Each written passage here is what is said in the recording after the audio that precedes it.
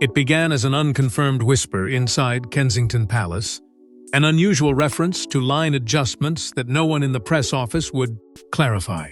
But when Princess Catherine abruptly left a closed-door briefing looking visibly shaken, courtiers knew this was not routine protocol. Something had been set in motion involving succession, legacy, and Camilla's own family line. And what started as rumor was about to escalate into one of the most controversial royal interventions in modern memory. Before we go deeper into what this really means for the royal family, make sure to subscribe so you don't miss a single update. Inside the palace, the atmosphere had already shifted long before anyone dared speak it aloud. A private urgency briefing had been convened under the strictest confidentiality, involving Prince William, Princess Catherine, and a select group of senior constitutional advisors whose presence alone signaled that this was not ceremonial discussion but structural concern. What was initially described in cautious language as a routine succession review quickly took on a far more sensitive tone, with one internal phrase echoing through the room: succession recalibration concerning extended royal descendants. It was a wording so precise, so deliberately restrained, that every syllable hinted at something far more significant unfolding beneath the surface. Within those closed doors, names were not spoken carelessly. Instead, references were made indirectly, through documentation reviews and lineage mapping that quietly included figures once considered peripheral to the core framework of the monarchy. It was in this context that Camilla's grandchildren were reportedly referenced, not as individuals of direct constitutional standing, but as part of a broader assessment of extended familial association and its symbolic proximity to the crown. The language used was administrative, but the implications were anything but neutral.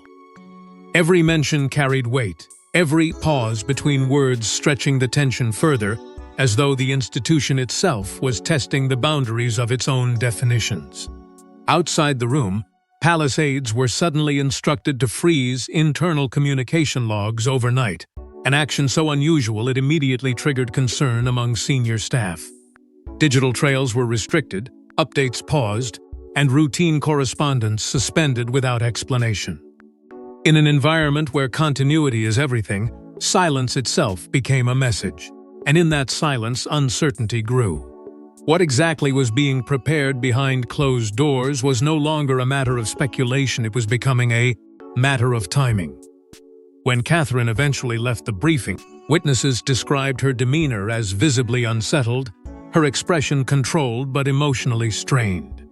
She avoided the usual press corridor entirely, choosing instead a side passage rarely used except in moments of heightened sensitivity. There was no official comment, no clarification, only the unmistakable impression that something deeply consequential had been discussed, something that could not yet be made public. Later that same night, Prince William was seen in a separate undisclosed meeting with Princess Anne, a figure long associated with institutional discipline and unwavering adherence to tradition. The timing of their conversation raised quiet alarm among those who understood the weight of such alignments. It suggested coordination, not confusion, preparation, not reaction. Within senior circles, a new fear began to take hold that a formal decree was no longer a distant possibility, but an imminent reality being shaped in absolute secrecy.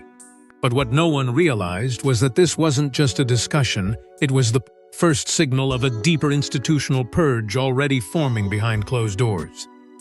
Behind the polished facade of royal stability, a quiet legal question had begun to fracture the institution. Where exactly did the extended Parker Bowles bloodline stand within the evolving structure of royal inheritance?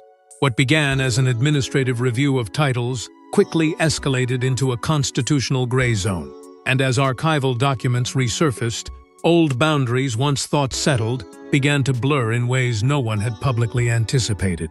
Within the upper tiers of constitutional advisory circles, the language was careful, almost deliberately restrained, yet every phrase carried the weight of something far more disruptive beneath it.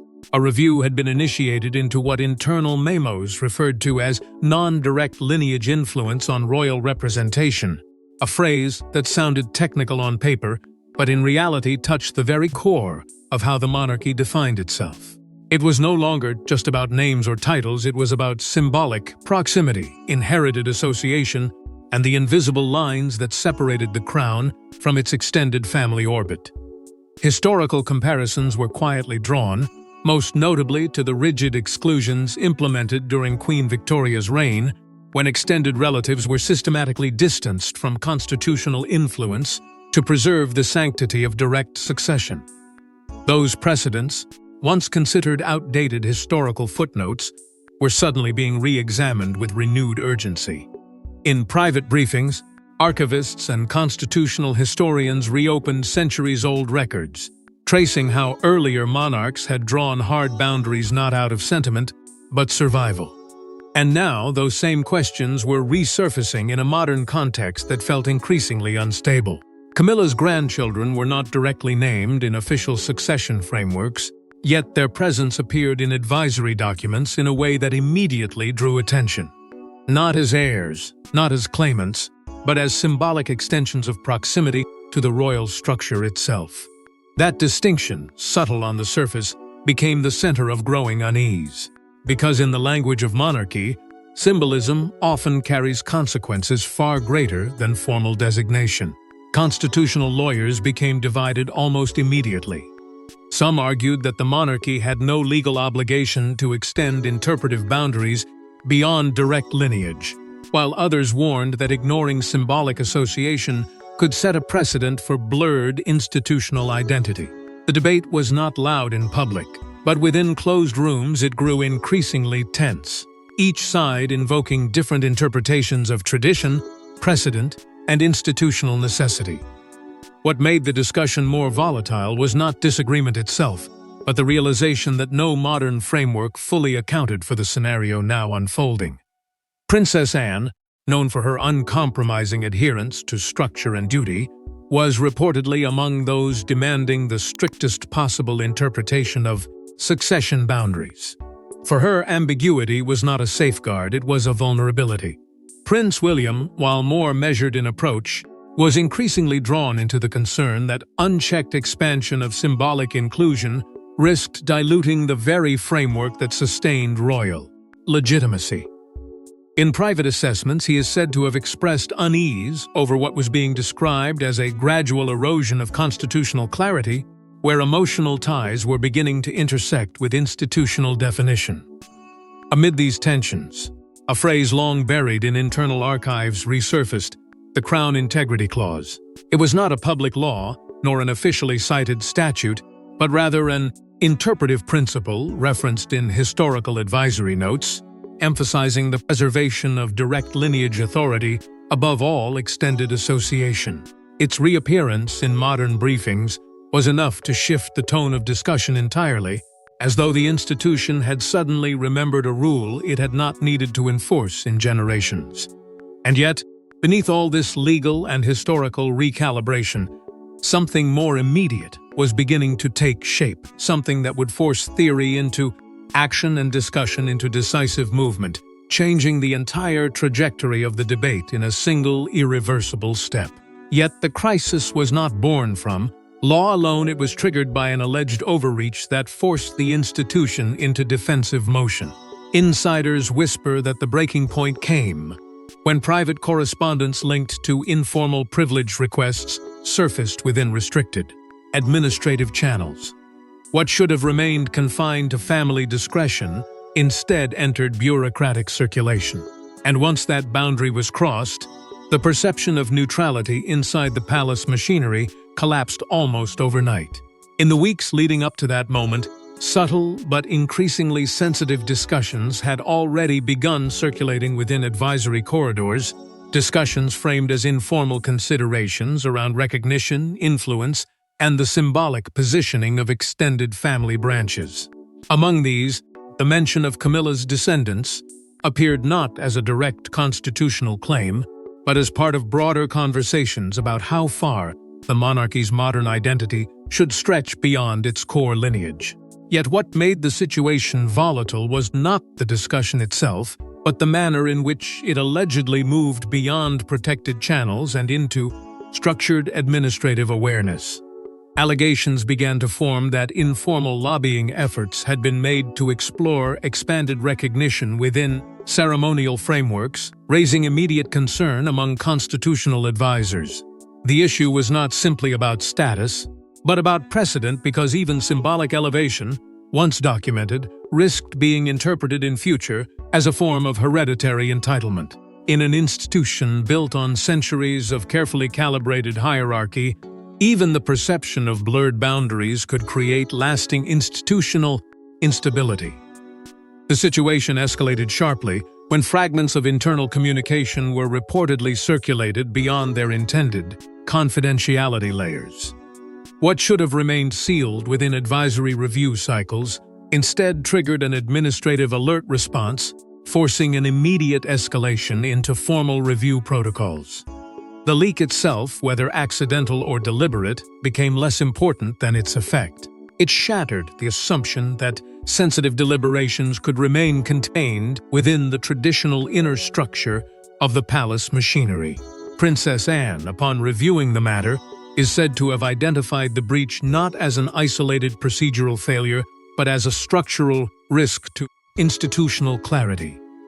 In her assessment, once informal privilege discussions entered administrative circulation, they ceased to be private considerations and became potential precedents capable of reshaping perception across the entire monarchy. Her stance was uncompromising, rooted in a long-held belief that ambiguity is not a harmless byproduct of governance, but a direct threat to its stability. Prince William, meanwhile, reportedly interpreted the development through a different but equally urgent lens. For him, the concern was not only procedural breach, but long-term legitimacy erosion. If informal requests could influence perception of hierarchy even indirectly, the monarchy risked drifting into a space where symbolic association began to compete with constitutional definition. In private briefings, this was framed as a slow but dangerous dilution of the framework that preserves the crown's authority as distinct and non-negotiable. Behind the scenes, palace legal teams began drafting containment responses, carefully structured to reinforce existing boundaries without escalating public visibility. The language used in these drafts was deliberate, focused on reinforcing clarity, limiting interpretive expansion, and preventing future administrative overlap between core lineage authority and extended familial association. Every word was weighed against historical precedent, as though the institution itself was recalibrating its internal immune system in real time. King Charles III, however, remained in a visibly conflicted position. Described by insiders as hesitant to intervene decisively, he was caught between preserving internal harmony and acknowledging the rising urgency of institutional enforcement. His silence, whether strategic or strained, only deepened the sense of instability, as different factions within the palace began to interpret inaction in contrasting ways. From that moment, the issue stopped being theoretical and became a coordinated response waiting to be activated. In the quiet corridors of St. James's Palace, a rare alignment began forming between two of the monarchy's most disciplined figures. Princess Anne and Prince William, traditionally separated by generational approach, found common ground in one principle: institutional preservation above personal accommodation. What followed was not a confrontation, but a calculated alliance built on procedural authority and historical precedent. Within the palace's most restricted advisory space, where even conversation is measured against centuries of precedent, a private strategy meeting was convened under absolute confidentiality. There was no spectacle, no confrontation, only the cold precision of institutional reasoning. Anne, known for her unwavering adherence to duty, approached the matter as a question of structural endurance rather than personal discretion. William, carrying the weight of future succession, viewed it through the lens of long-term constitutional clarity. Between them, a rare consensus began to form, not born of emotion, but of necessity.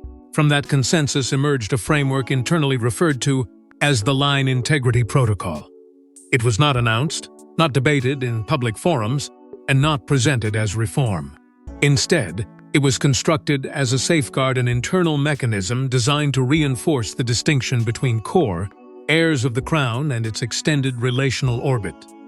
In essence, it sought to redraw boundaries that had, over time, become increasingly blurred through ceremonial association and informal recognition. Princess Anne, drawing on decades of institutional experience, emphasized what she called a duty enforcement model rooted in historical continuity. For her, the monarchy's strength had always depended on discipline's with symbolic proximity and constitutional authority. Without it, she argued, perception alone could begin to reshape structure, and perception once embedded becomes difficult to reverse. Her stance was not emotional, it was procedural, almost surgical in its clarity. Prince William, while aligned in principle, brought a different dimension to the conversation. His focus was on constitutional legitimacy in a modern context where public scrutiny and institutional transparency intersect more sharply than in previous eras. He framed the issue not only as preservation of tradition, but as protection against gradual dilution of authority. In his view, the monarchy could not afford ambiguity in defining where influence ended and where representation truly began. His endorsement gave the framework both continuity and contemporary justification. As the meeting progressed, coordination quietly extended beyond the two principals. Select legal advisors and senior archivists were discreetly brought into the conversation, tasked with reviewing historical precedents, constitutional phrasing, and prior interpretive clauses that could support the emerging framework. Among these references, older institutional doctrines resurfaced, documents that had long remained dormant but now regained relevance in light of current tensions. Preparatory documentation began to take shape, carefully drafted to avoid public interpretation while reinforcing internal, procedural authority. Every clause was constructed with precision, designed not to provoke reaction, but to ensure enforceability once activated. It was not yet a decree, but it was no longer theory either. The language itself carried the unmistakable weight of something moving steadily toward formal execution. And once the alliance was formed, the machinery of action began moving toward a single decisive moment. At dawn, while London remained under an uneasy silence, a document bearing the highest internal seals of authorization was finalized. No press release preceded it. No public briefing softened its impact. Only the quiet reality of administrative execution. A decree had been signed, altering how extended royal lineage influence would be formally recognized going forward. In the final hours before its activation, the atmosphere inside the palace was described in subdued, almost suspended terms. Nothing outwardly dramatic occurred, yet every corridor seemed to carry the weight of something irreversible taking shape. The decree itself had been refined through layers of legal precision, its language stripped of emotion and reduced to absolute clarity. What mattered now was not interpretation, but enforcement. And behind that precision stood a rare convergence of authority: Prince William and Princess Anne, both placing their institutional weight behind a single unambiguous objective: to redefine the boundaries of symbolic succession association. The document, once signed under their joint oversight, carried restrictive language that carefully reclassified how extended familial proximity to the crown would be treated within internal frameworks. It did not remove individuals, nor did it publicly declare exclusion. Instead, it restructured recognition itself, tightening the invisible framework that governs ceremonial alignment and inherited association rights. In the language of monarchy, this was not removal, it was recalibration, a silent tightening of the institutional spine within hours. Internal registries were updated to reflect the revised lineage boundaries. What had previously been treated as loosely interpreted association categories was now formally segmented, categorized with precision that left little room for ambiguity. Select royal offices received immediate compliance instructions, their responsibilities shifting from interpretive practice to strict procedural enforcement. Staff described the shift not as a change in policy, but as a change in atmosphere, an unspoken understanding that the rules had become sharper, narrower, and far less negotiable. Elsewhere inside the system, King Charles III was informed only after the decree had already been signed. The timing was deliberate, or at least carefully justified by those involved, framed as operational necessity rather than exclusion. His reaction, according to those close to the situation, was measured but conflicted. Caught between institutional continuity and familial sensitivity, he found himself once again positioned at the fault line between tradition and transformation, where every decision carried both symbolic and personal consequence. Simultaneously, security and communications teams were briefed in parallel, ensuring that both internal stability and external perception remained controlled. The emphasis was not on announcement, but containment, how to maintain equilibrium in a structure that had just been quietly recalibrated at its core. No public language accompanied the change, yet within the institution itself, its presence was unmistakable. The monarchy had not spoken loudly, but it had moved decisively. What made the moment more significant was not the signing itself, but the silence that followed it. There was no celebration, no confrontation, only the quiet settling of a new framework into place, as if the institution had adjusted its own internal gravity without needing to announce it. But the signing was only the beginning, because the consequences of the decree would ripple far beyond palace walls. Within hours, the palace ecosystem shifted, staff rotations changed, advisory roles were reassigned, and quiet instructions began circulating through departments that something fundamental in the structure of royal association had been redefined. Those closest to Camilla's household felt the shift first, an unmistakable tightening of institutional boundaries. It did not arrive as a public declaration, nor as a moment of visible confrontation. Instead, it unfolded like a controlled internal recalibration, where access itself became the new language of authority. Internal clearance levels were quietly revised across multiple departments, limiting who could view, approve, or even reference certain categories of correspondence tied to extended family representation. What once moved freely through advisory channels now required layered authorization, as if the system had suddenly remembered how to protect its own perimeter. Alongside this tightening came communication restrictions placed on specific household branches, narrowing informal exchanges that had long existed in the gray space between ceremonial tradition and administrative practice. Staff who had previously operated with shared access found themselves abruptly separated by newly defined boundaries. It was subtle in execution, but absolute in effect. The message was unmistakable without ever being spoken aloud. The structure had changed, and with it, the rules of proximity to the crown. Within Camilla's household, the response was immediate and unsettled. Reports suggest she sought clarification through senior aides, attempting to understand whether these adjustments were procedural updates or part of a deeper institutional shift. Yet the answers, when they came, were measured and deliberately non-committal. In the absence of clarity, uncertainty filled every corridor, turning routine interactions into careful negotiations of tone and permission. At the center of the tightening framework, King Charles III was described as increasingly pressured to stabilize internal relations. Positioned between loyalty and legacy, he faced a growing expectation to soften the edges of a system that was simultaneously becoming more rigid. Yet those close to the situation noted a visible strain and awareness that intervention at this stage might not reverse momentum already set in motion by other senior forces within the institution. Princess Anne, meanwhile, maintained what insiders referred to as an unwavering enforcement posture. Her approach was not reactive but structural, treating the unfolding changes as necessary corrections rather than extraordinary events. In her view, once boundaries are defined, consistency is the only form of preservation.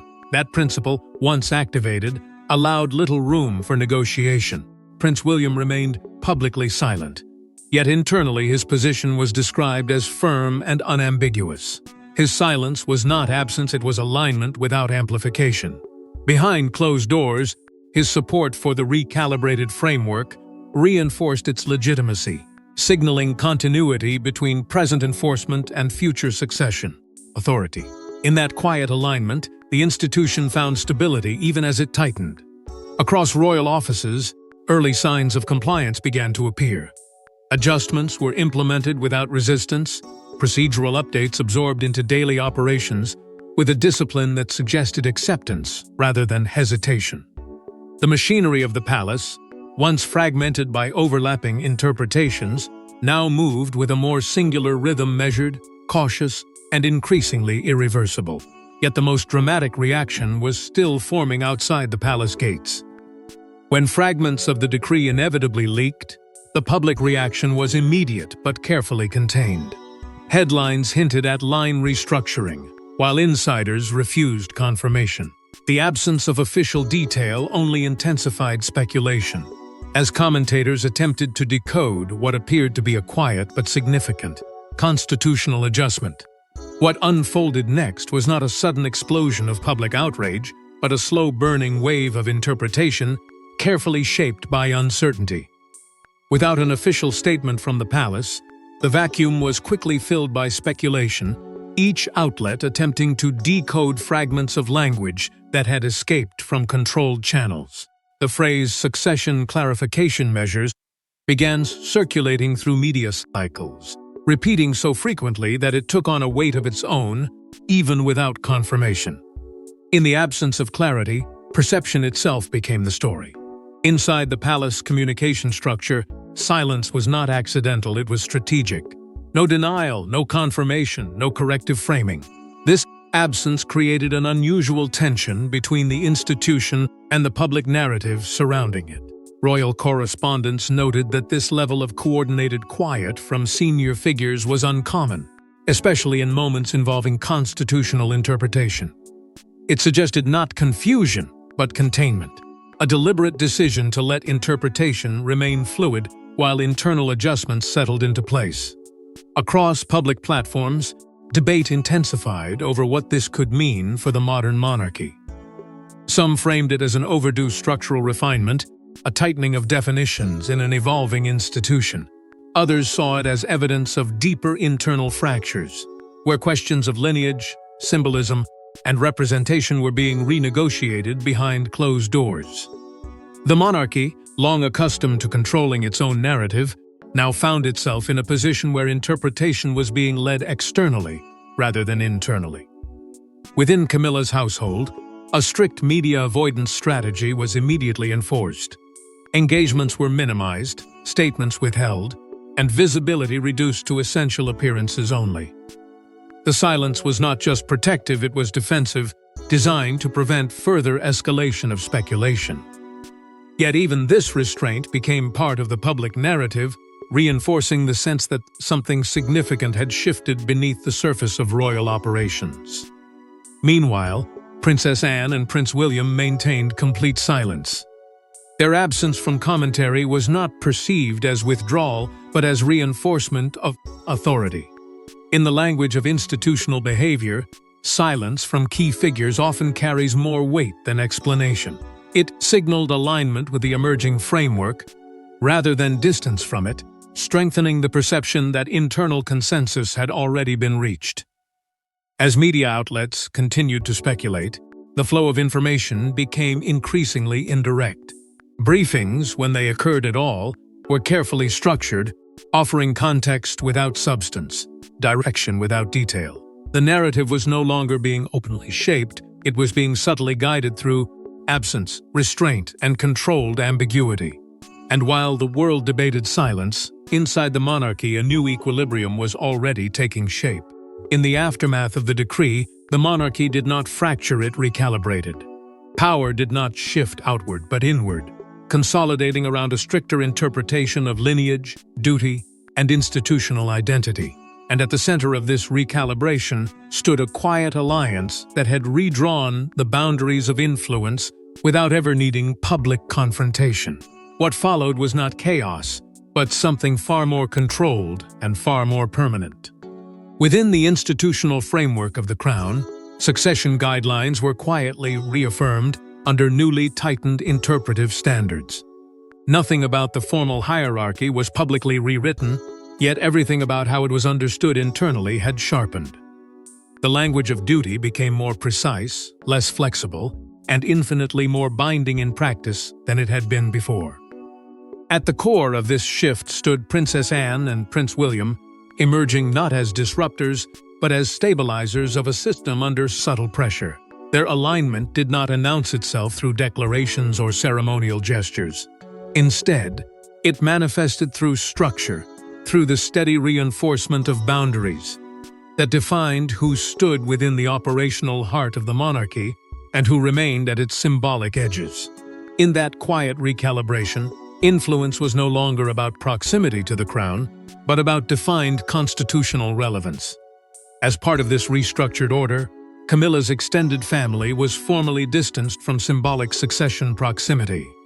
The change was not framed as exclusion, but as clarification, an institutional decision to eliminate ambiguity where interpretation had begun to drift. Yet within palace corridors, the effect was unmistakable.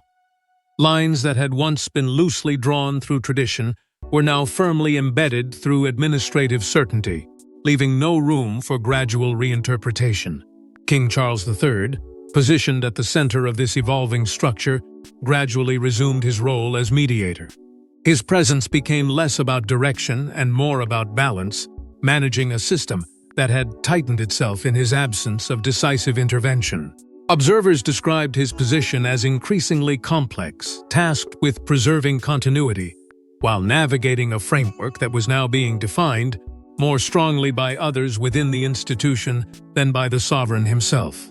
As the adjustments settled, the palace returned to a form of controlled operational normalcy. Engagements continued, schedules resumed, and public appearances maintained their familiar rhythm. But beneath that surface stability, something fundamental had shifted. Internal conditions reflected a new consistency, a refined discipline that left little space for interpretive drift. The institution was functioning as before, but under rules that had quietly become more absolute. Within internal briefings, the guiding framework behind this transformation was increasingly referred to as the Line Integrity Standard. It was not a public doctrine, nor an official constitutional amendment, but a guiding principle that shaped how boundaries were enforced, interpreted, and preserved. Its influence extended beyond language, embedding itself into process, access, and expectation. Through all of this, the monarchy was reinforced in its most traditional identity, a duty-first institution where structure outweighs sentiment and continuity outweighs personal extension. The balance between family and function had not disappeared, but it had been reweighted, with institutional identity firmly taking precedence over familial expansion. In this recalibration, clarity replaced ambiguity, and definition replaced assumption. And in the silence that followed, one truth settled across the institution. The crown does not expand to accommodate uncertainty, it contracts to preserve itself. Thanks for watching. Please don't forget to like and subscribe, and we will see you in next one.